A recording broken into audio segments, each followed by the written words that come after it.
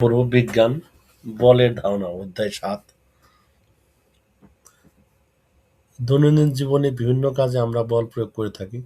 আমরা নানাভাবে বিভিন্ন বস্তুর উপর বল প্রয়োগ করে থাকি।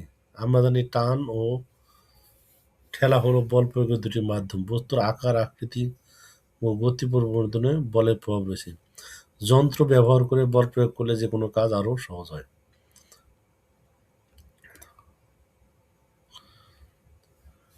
বস্তুর উপর বিভিন্ন মাত্রার বলের কার্যকারিতা। বস্তুর উপর বিভিন্ন মাত্রা বল প্রয়োগে কি ঘটে? দৈনন্দিন জীবনে বিভিন্ন কাজ আমরা বল প্রয়োগ করে থাকি, যেমন দরজা খোলা ও বন্ধ করা, ঠেলা গাড়ি টানা, টেবিল চেয়ার সরানো ইত্যাদি। এ সকল ঘটনায় বল প্রয়োগের প্রয়োজন হয়। কাজ বিভিন্ন মাত্রায় বল প্রয়োগ করে বলের কার্যকারিতা পর্যবেক্ষণ। আমরা দেখতে পাচ্ছি ছবিতে ঠেলা গাড়ি টানছে। উপরের ছবিটি ভালো করে লক্ষ্য করি। প্রথম ছবিতে চালক ঠেলা নিচু স্থান থেকে উঁচু স্থানে উঠাতে পারছে না। দ্বিতীয় ছবিতে চালককে গাড়ির পেছন থেকে তার দুই বন্ধু ঠেলা দিয়ে সাহায্য করে মালবাহী ঠেলা গাড়িটিকে উঁচু জায়গায় তুলে দিয়েছে।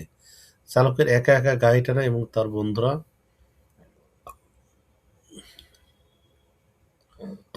তাকে সাহায্য করার ফলে যে ভিন্ন ফলাফল, তার কারণগুলো নিচে ছকে লিখি। পর্যবেক্ষণ: চালক একা চেষ্টা করে কেন গাড়িটি উঠাতে পারছেন না? পেছন দিয়ে চালকের বন্ধুরা ঠেলা দেয় কেন গাড়িটি উঠানো সম্ভব হলো? যেহেতু বল কম হচ্ছিল সেহেতু প্রথম চালকে উঠাতে পারছিল না, এবং দ্বিতীয়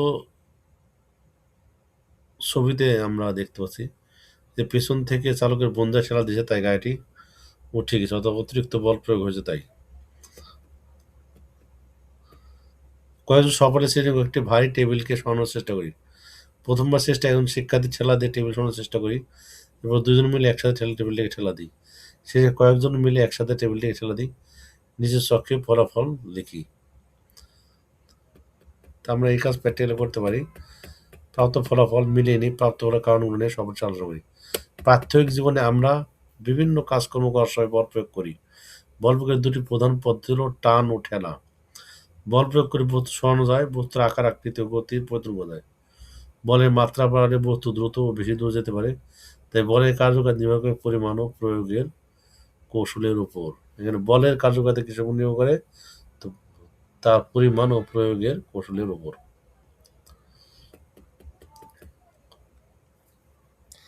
বস্তুর উপর বিভিন্ন মাত্রার বলের কার্যকারিতা আরও কিছু জানি। আমরা যখন সাইকেল চালাই তখন সাইকেলের প্যাডেলে বল প্রয়োগ করি। যদি প্যাডেলে কম মাত্রায় বল প্রয়োগ করি তাহলে সাইকেল কম গতিতে চলে। যদি প্যাডেলে বেশি মাত্রায় বল প্রয়োগ করি তাহলে সাইকেল বেশি গতি চলে, অর্থাৎ বিভিন্ন মাত্রায় বল প্রয়োগে সাইকেলের গতি কম বেশি হয়। আবার আমরা যখন ফুটবল খেলি তখন যে মাত্রায় বল প্রয়োগ করি তার উপর ফুটবলের গতি নির্ভর করে, অর্থাৎ ফুটবলে আস্তে লাথি দিলে কম দূরত্ব অতিক্রম করে, জোরে লাথি দিলে অতি দ্রুত বেশি দূরত্ব অতিক্রম করে। বলের মাত্রা: বল প্রয়োগের শক্তি বা জোরকে বলের মাত্রা বলা হয়। বিভিন্ন মাত্রা বল প্রয়োগ বস্তুর গতি, দিক ও দূরত্বে বিভিন্ন প্রভাব ফেলে। বলের মাত্রা যত বেশি বস্তুর উপর প্রভাব তত বেশি। আমরা জানি বল প্রয়োগ করার মাধ্যমে কোনো বস্তুকে সরানো, গতি বাড়ানো, কমানো বা থামানো যায়। কাজের প্রয়োজন যে সঠিক মাত্রা বল প্রয়োগ করলে কাজ সহজ ও সময় বাঁচে। বল প্রয়োগের শক্তি বা জোরকে বলের কি বলে? মাত্রা বলা হয়।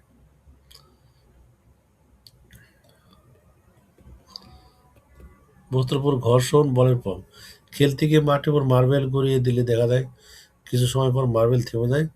কোনো বস্তু টানতে অনেক কষ্ট হয়, কোনো বস্তুকে আবার কোনো বস্তুকে সহজেই টানা যায়। কেন এমন হয়? এসব ঘটনার পিছনে অন্যতম কারণ হলো ঘর্ষণ বল। বস্তুর উপর ঘর্ষণ বল কি প্রভাব ফেলে? কাজ: বস্তুর ঘর্ষণ বলের প্রভাব পর্যবেক্ষণ। একটি খেলার বলকে বিদ্যালয়ের মসৃণ মেঝে স্কুলের মাঠে দিয়ে গড়িয়ে দিই।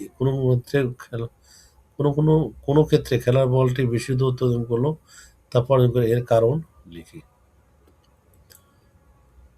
খেলার বল বিদ্যালয়ের মসৃণ মেঝেতে গড়িয়ে দেওয়া। খেলার বল খেলার মাঠে ঘাসের উপর দিয়ে গড়িয়ে দেওয়া।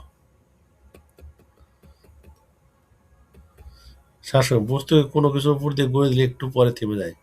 এই থেমে যাওয়ার কারণ হলো ঘর্ষণ বল। ঘর্ষণ বল হলো এমন একটি বল যা একটি বস্তুর পৃষ্ঠের উপর দিয়ে অপরটি বস্তুর পৃষ্ঠকে চলতে বাধা দেয়। বস্তুর উপর ঘর্ষণ বলের প্রভাব সম্পর্কে আমরা আরও কিছু জানি। যখন কোনো বস্তু অন্য কোনো বস্তুর উপর দিয়ে চলতে থাকে তখন বস্তু দুটির স্পর্শের জায়গায় গতির বিরুদ্ধে বল ধরে এই ঘর্ষণকে বল বলা হয়। একটি বস্তু যখন আরেকটি বস্তুর উপর দিয়ে গড়িয়ে যায় তখন একটি বস্তুর পৃষ্ঠ যদি সরে যেতে চায় তার বিপরীত দিয়ে ঘর্ষণ বল কাজ করে, যার কারণে গড়িয়ে যাওয়া বস্তুটির গতি কমে যায়। যদি কোনো বস্তুর উপরের পৃষ্ঠ মসৃণ হয় তাহলে ঘর্ষণ কম হয়। অমসৃণ পৃষ্ঠযুক্ত বস্তু হলে ঘর্ষণ বেড়ে যায়, বস্তু সরাতে বেশি শক্তি লাগে। ঘর্ষণ বলের কারণে আমরা লেখার সময় কলম ধরে রাখতে পারি, বোর্ডে লিখতে পারি, দেশলাইয়ের কাঠে জ্বালাতে পারি, হাঁটার সময় পিছলে যায় না। আমরা একটু খেয়াল করলে বুঝতে পারবো চকচকে মসৃণ টাইলসের মেঝেতে হাঁটার চেয়ে অমসৃণ পাকা রাস্তার হাঁটা অধিকতর সুবিধাজনক। ঘর্ষণ বলের কারণে কোনো বস্তুকে টানতে বা ঠেলতে কষ্ট হয়। আবার ঘর্ষণের জন্য গাড়ির ইঞ্জিন বেশি জ্বালানি লাগে। বেশি ঘর্ষণ থাকলে যন্ত্রপাতির গতির অংশ অনেক সময় ক্ষয় হয়ে যায়, অনেক সময় তা গরম হয়ে নষ্ট হয়ে যেতে পারে।